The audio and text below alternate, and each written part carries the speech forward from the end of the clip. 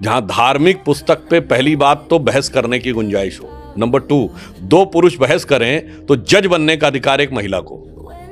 उसके बाद ये ज्ञानदेव पाणे ने हमको समझाया है कि हमारे यहां महिलाओं को पढ़ने थोड़ी दिया जाता था। कालिदास की पत्नी विद्योत्तमा इतनी विद्वान थी कि कालिदास उनके आगे ग्लानि से भर गए, फिर जाके तपस्या किए, पढ़ाया थोड़ी जाता था। गार्गी, अपाला, लोपमुद्रा, मैत्री 20 से 22 ऋषिकाएं हैं और पढ़ाया थोड़ी जाता था। यह है गुलामी का विष जो दिमाग में आना है। अब आइए बौद्ध धर्म के ऊपर, तो मैं यहां सिर्फ कोट करना चाहूंगा। डॉक्टर बाबा साहब भीमराव अंबेडकर ने लिखा है, और यह सोर्स है राइटिंग्स एंड स्पीचेस ऑफ बाबा साहब Ambedkar, published by Maharashtra government in 1987, then republished by Central Government, Ministry of Social Justice and Empowerment, January 2014। उसमें बाबा साहब ने पूरा एक चैप्टर लिखा है, चैप्टर नंबर 9, जिसका शीर्षक है डिक्लाइन ऑफ बुद्धिज्म।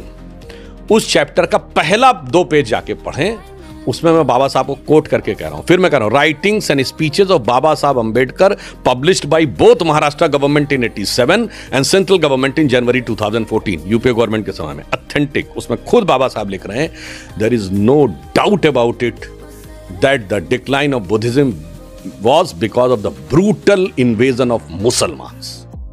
अब किसी को कोई इसमें बहस की गुंजाइश हो तो कह ले। और फिर ये भी बताता हूं आपको, अगर इसमें से कुछ गलत होगा ना तो सोशल मीडिया पे छिका देंगे आके, और नहीं होगा तो जाके पढ़ेंगे तो शांति से बैठ जाएंगे। ये प्रोपोगंडा है। और मैं आज की बात कहने का प्रयास करता हूं। जो लोग कहते हैं, देखिए मैं इतिहास की भी उन सारी चीजों में जा सकता हूं, उसमें बहुत लंबा समय लगेगा, फिर वो कहेंगे इतिहास में यहां पे ये लिखा है, वहां वो लिखा है, इसलिए मैंने बाबा साहब को कोट किया है, जिनके नाम पर लोग सबसे ज्यादा राजनीति करने का प्रयास करते हैं।